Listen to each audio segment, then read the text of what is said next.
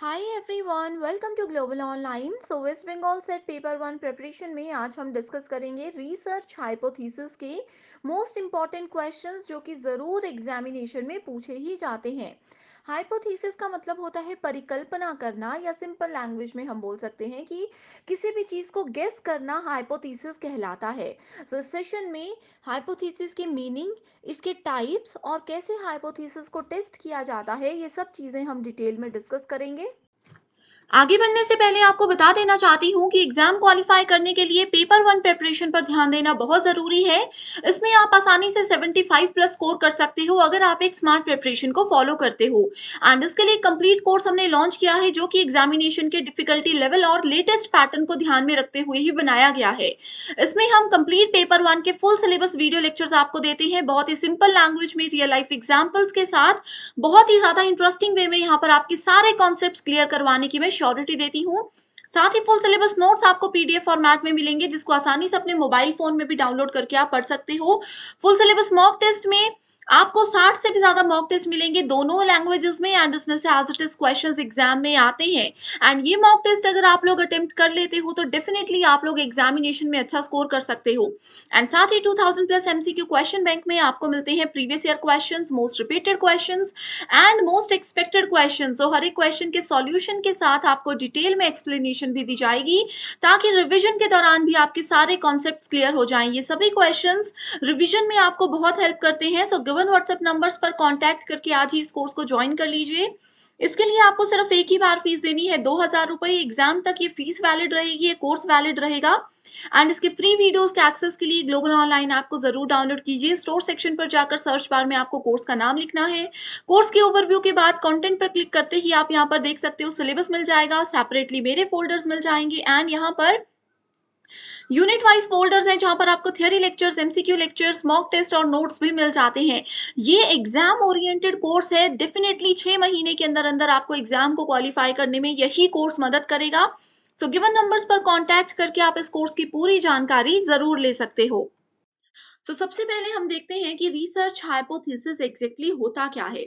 तो हाइपोथेसिस परिकल्पना करना, अब देखो इसको बोला जाता है अजम्पशन, यानी कि धारणा किसी चीज की अगर हम लेकर चलते हैं। एग्जाम्पल के साथ चीज़ों को शुरू करते हैं। तो सबसे पहले अगर मैं बताती हूँ कि मेरे पास कोई प्रॉब्लम है, मैं किसी बड़ी प्रॉब्लम में फँस चुकी हूँ, मैंने अपनी ही किसी ए नाम की फ्रेंड को वो प्रॉब्लम के बारे में बताया। उन्होंने मुझे बताया कि इस प्रॉब्लम से बाहर निकलने का ये रास्ता हो सकता है और आप सॉल्यूशन तक पहुँच जाओगे। यही प्रॉब्लम मैंने अपनी फ्रेंड बी के साथ भी डिस्कस की। उन्होंने मेरे को कोई और रास्ता बताया इसके सॉल्यूशन तक पहुंचने के लिए। तो ये क्या था? ये एक परिकल्पना थी, ये एक हाइपोथेसिस था। इन दोनों ने एक आइडिया लगाया, एक गेस किया कि अगर आप ये रास्ता ट्राई करोगे या फिर ये ट्रिक ट्राई करोगे तो इस प्रॉब्लम से बाहर आ सकते हो।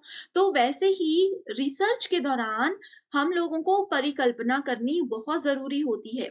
अब ये टॉपिक आप लोगों को सिलेबस में कहीं पर भी मेंशन नहीं मिलेगा, लेकिन परिकल्पना जो है रिसर्च के स्टेप्स के अंदर बहुत इंपॉर्टेंट आता है टॉपिक, ठीक है। Hypothesis is an assumption that is made based on some evidences। जो भी हमारे पास पहले के सबूत हैं उनके आधार पर ही हाइपोथेसिस किया जाता है। This is the initial point of any investigation that translates the research question into predictions। अब देखो आपके सामने रिसर्च से रिलेटेड कोई प्रॉब्लम है, उस प्रॉब्लम का सॉल्यूशन आप लोगों को ढूंढना है तो आप लोग कहीं से तो शुरुआत करोगे। तो उसमें शुरुआत करने का पहला स्टेप, अब रिसर्च की प्रॉब्लम का, अब आप लोगों को अपनी रिसर्च शुरू करनी है तो उसके लिए कहीं से तो शुरू होना है।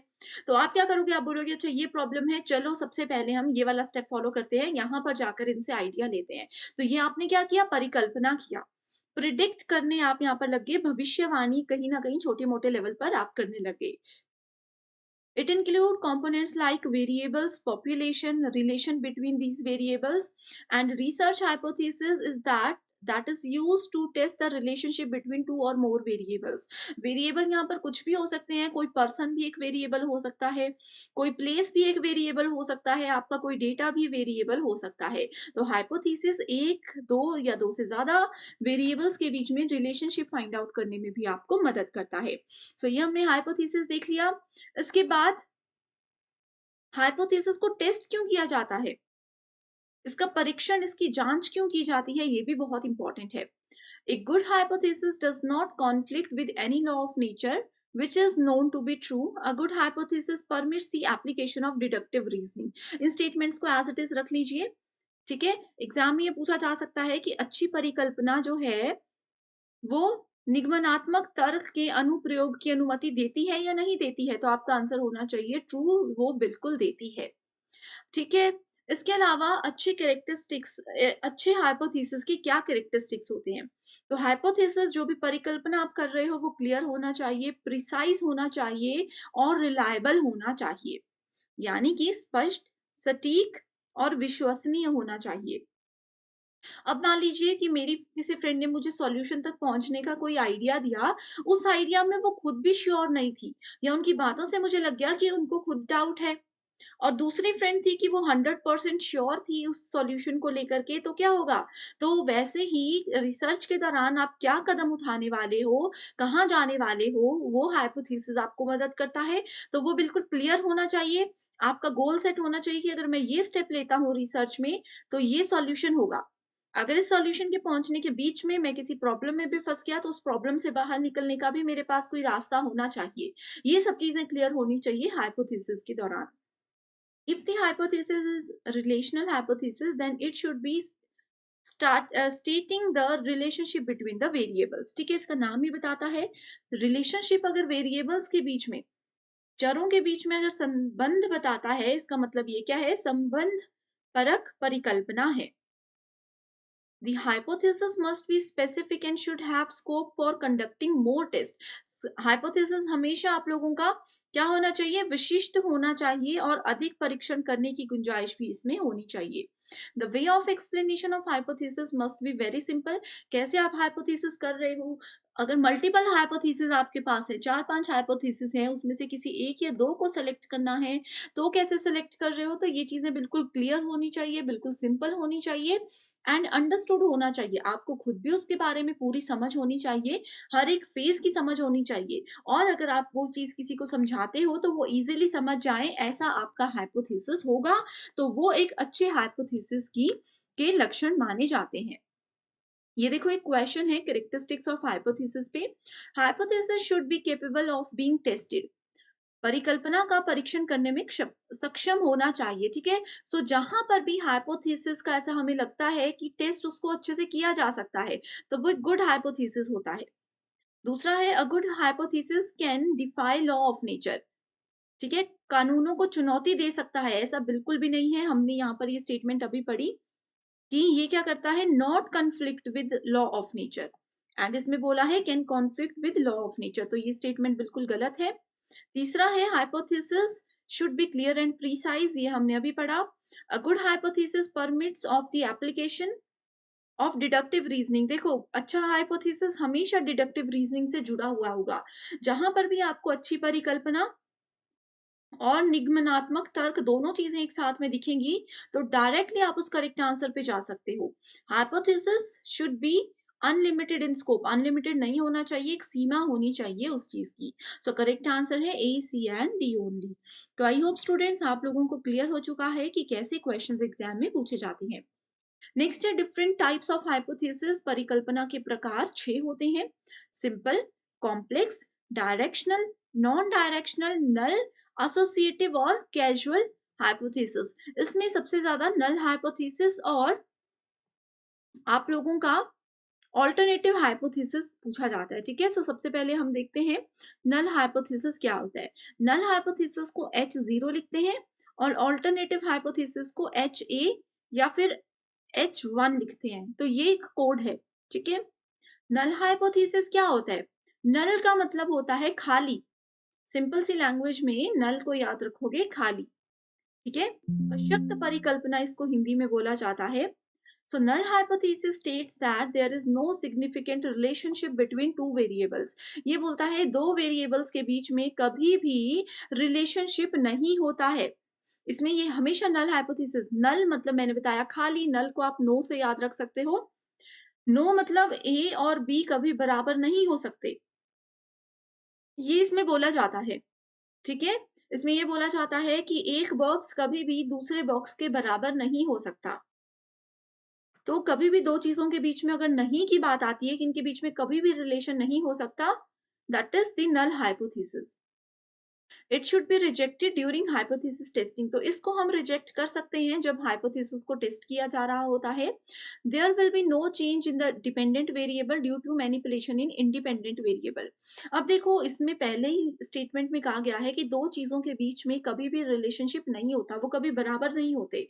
अब वो रिलेशन ही नहीं है, वो बराबर ही नहीं है, तो एक में अगर हम चेंजेस कर भी देते हैं तो उसका असर किसी दूसरे में नहीं पड़ता। ए में अगर मैं चेंजेस करके ए प्लस ए भी कर देती हूँ, तो बी को इसका फ़र्क नहीं पड़ेगा, क्योंकि नल हाइपोथेसिस बोलता है कि ये दोनों में आप जितनी मर्ज़ी वैल्यू ऐड कर दो, ये कभी बराबर हो ही नहीं सकते। तो यही इस वाले पॉइंट में मैंने अभी बताया आपको। स्वतंत्र चर में हेर-फेर के कारण आश्रित चर में कोई भी परिवर्तन नहीं होगा। सो स्टूडेंट्स, अगर ये सेशन आपको पसंद आ रहा है, मुझे कमेंट करके ज़रूर बता दीजिए ताकि मैं भी मोटिवेटेड रहूँ और लगातार आप लोगों के लिए इस तरीके के सेशंस लेकर आती रहूँ। जैसे आप लोगों की रिक्वेस्ट पे आज मैंने रिसर्च का हाइपोथेसिस टॉपिक कवर किया है। इसके अलावा टोटल 10 यूनिट्स में से कोई भी टॉपिक अगर ऐसा है जिसमें आपको कन्फ्यूजन है, आप उसको ट्रिक्स के साथ ईज़ी लैंग्वेज में समझना चाहते हो, तो मुझे कमेंट करके बता दीजिए। मैं जल्दी से जल्दी आपकी रिक्वेस्ट को पूरा कर दूँगी।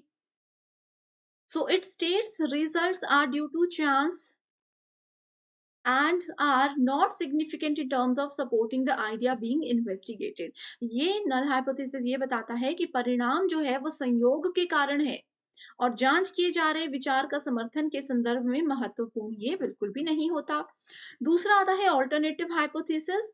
It is also called research hypothesis. तो देखो अब इस टॉपिक का नाम भी है रिसर्च हाइपोथेसिस। ठीक है, तो आपने ये नहीं समझना कि सिर्फ हाइपोथेसिस की बात हो रही है। रिसर्च हाइपोथेसिस मतलब alternative hypothesis. It states that there is significant relationship between two variables. ये हमें बताता है कि दो जो चर होते हैं उनके बीच में रिलेशन होता है। ए इज इक्वल टू बी होगा। एक बॉक्स हमेशा दूसरे बॉक्स के बराबर होगा। अगर इसमें हम क्या करते हैं, एक चीज में बदलाव लेकर आते हैं तो उसका असर दूसरे में जरूर पड़ेगा। वो कैसे?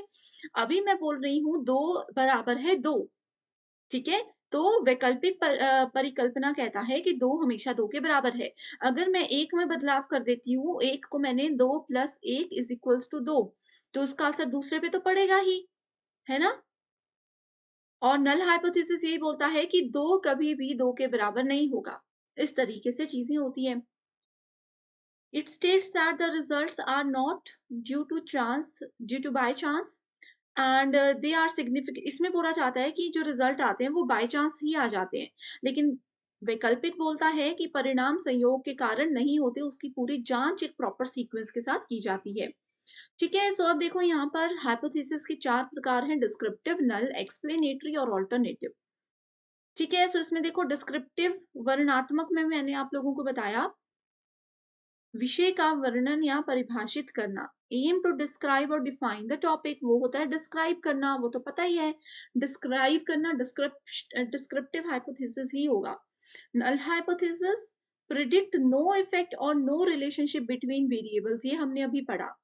एक्सप्लेनेटरी एक्सप्लेन कर रहा है चीजों को, aims to explain why particular phenomena work in the way that they do. Explanatory परिकल्पना जो होती है ये क्या करती है कि ये बताती है कि पर्टिकुलर फिनोमिना हुआ है, ये क्यों हुआ है, कैसे हो गया, इसके पीछे कारण क्या था। ऑल्टरनेटिव यानी कि विकल्प क्या बोलता है, it provide a chance of discovering new theories. Alternative solution, जैसे किसी प्रॉब्लम में फंस गए, उससे बाहर नहीं निकल पाए, तो उसका एक अल्टरनेटिव सॉल्यूशन भी होना चाहिए। वही ऑल्टरनेटिव हाइपोथेसिस बोलता है कि ये हमें नई थ्योरी को डिस्कवर करने का एक मौका भी देता है। Hypothesis testing is main concept of which type of research? So hypothesis testing सबसे ज्यादा experimental research में ही होती है। ठीक है, इसके बाद आते हैं कुछ टेस्ट के बारे में। हाइपोथेसिस की जांच करना बहुत जरूरी है। अगर आप लोग कोई आपको देखो, कोई भी अगर आपको एक आइडिया देता है, आप डायरेक्टली उस आइडिया पे काम करना शुरू तो नहीं कर देते हो। आप क्या करते हो, उस आइडिया को पहले सोचते हो, समझते हो, यानी कि उसको टेस्ट करते हो। तो वैसे ही रिसर्च में हाइपोथेसिस के मल्टीपल जो है हम लोगों को टेस्ट करने होते हैं। एग्जाम्पल के साथ देखते हैं। If a researcher has to test a hypothesis whether the difference between the means of two groups is significant, he or she will use what? एक रिसर्चर को चेक करना है कि 2 ग्रुप्स में रिलेशनशिप है या नहीं, तो वो क्या टेस्ट करेंगे? वो स्टूडेंट्स का टी टेस्ट करेंगे। सो टेस्ट बहुत इंपॉर्टेंट होते हैं। टी टेस्ट होता है, एक हमारे पास जी टेस्ट होता है, ठीक है? ची स्क्वायर टेस्ट होता है, ये 3 बहुत इंपॉर्टेंट है। सो स्टूडेंट्स टी टेस्ट की ये एज़ इट इज़ डेफिनिशन है। अब आते हैं एरर। तो हाइपोथेसिस में 2 प्रकार के एरर होते हैं, टाइप 1 और टाइप 2 एरर, ठीक है? सो टाइप 1 एरर चलो उसको बाद में देखते हैं, ठीक है? So hypothesis testing use sample data to make inference about the properties of population study. Simple सी डेफिनेशन है। अब टाइप 1 एरर क्या होते हैं? When the null hypothesis is true, जब नल हाइपोथेसिस H0 बिल्कुल ट्रू होगा, ठीक है, और वो सत्य था, लेकिन फिर भी हमने क्या कर दिया? उसको रिजेक्ट कर दिया, तो वो टाइप 1 एरर हो जाएगा। इसको आपने ऐसे याद रखना है। नल हाइपोथेसिस बिल्कुल ट्रू था, हमें उसको एक्सेप्ट कर लेना चाहिए था, सही था तो एक्सेप्ट हो जाता ना, लेकिन हमने क्या कर दिया? उसको गलती से रिजेक्ट कर दिया, तो हमारा टाइप 1 एरर आ जाता है। This probability to make a type 1 error is alpha, which is the level of significance you set for your hypothesis testing। तो ये होता है टाइप 1 एरर। देखो इसमें क्वेश्चन ही ऐसा आता है, when a researcher reject the true null hypothesis. इसमें बोला है नल हाइपोथेसिस ट्रू था, लेकिन रिसर्चर ने उसको रिजेक्ट कर दिया इन हिज और her study and accept the alternative hypothesis. अब दिखती सी बात है, अगर हम लोग नल हाइपोथेसिस को रिजेक्ट कर रहे हैं, तो हम क्या कर रहे हैं? हम ऑल्टरनेटिव हाइपोथेसिस को एक्सेप्ट कर रहे हैं, ठीक है? And accept the alternative hypothesis, what type of error is likely? तो वो होगा टाइप 1। अब देखो इसमें बताया हुआ है decision based on the samples. अगर नल हाइपोथेसिस H0 होता है नल हाइपोथेसिस, अगर नल हाइपोथेसिस सत्य है और हमने उसको रिजेक्ट कर दिया, तो टाइप 1 एरर है। वहीं अगर नल हाइपोथेसिस सत्य है और हमने उसको फेल कर दिया, मतलब रिजेक्ट नहीं किया, एक्सेप्ट कर लिया। थोड़ा सा कंफ्यूजन देने के लिए यहाँ पर फेल टू रिजेक्ट लिखा है। फेल टू रिजेक्ट, रिजेक्ट नहीं किया मतलब एक्सेप्ट कर लिया। तो नल हाइपोथेसिस को अगर हमने एक्सेप्ट कर लिया, इसका मतलब है कि करेक्ट डिसीजन हमारा है। Same goes for this statement कि अगर हम लोग नल हाइपोथेसिस अगर फॉल्स है और हमने उसको रिजेक्ट नहीं किया, फॉल्स है और हमने एक्सेप्ट कर लिया, तो टाइप 2 एरर होता है। जब वो ट्रू था और हमने एक्सेप्ट कर लिया, तो सही डिसीजन है, और ट्रू था हमने रिजेक्ट कर लिया, तो टाइप 1 एरर आ गया, ठीक है? वहीं अगर नल हाइपोथेसिस हमारा फॉल्स था, हमने उसको, वो फॉल्स था, वो गलत था, लेकिन हमने उसको एक्सेप्ट कर लिया, तो ये आ गया टाइप 2 एरर। और फॉल्स था यानी कि झूठा था और हमने उसको रिजेक्ट कर दिया, तो हमारा डिसीजन बिल्कुल करेक्ट था। तो ये सिंपल से तरीके से मैंने आपको बता दिया। स्टूडेंट्स ने अलग से हमें ये चार्ट भेजा था कि इसमें उनको कंफ्यूजन है, तो आई होप अब आप लोग समझ चुके हो कि इस टेबल को कैसे देखना है, कैसे याद रखना है और कैसे एग्जाम में क्वेश्चंस आते हैं, ठीक है? अभी भी कोई डाउट होगा कमेंट करके मुझसे पूछ सकते हो। बस ये याद रखिए कि अगर हम टाइप 1, अगर हम लोग नल हाइपोथेसिस को रिजेक्ट करते हैं, तो डेफिनेटली हम लोग अल्टरनेटिव हाइपोथेसिस को एक्सेप्ट करेंगे ही करेंगे। ओके, पेपर 1 के साथ साथ पेपर 2 प्रिपरेशन पर भी फोकस कीजिएगा। एग्जाम ओरिएंटेड वे में कंप्लीट स्टडी मटेरियल हम आपके लिए लेकर आए हैं, जिसमें आपको फुल सिलेबस नोट्स और एमसीक्यूज मिलेंगे।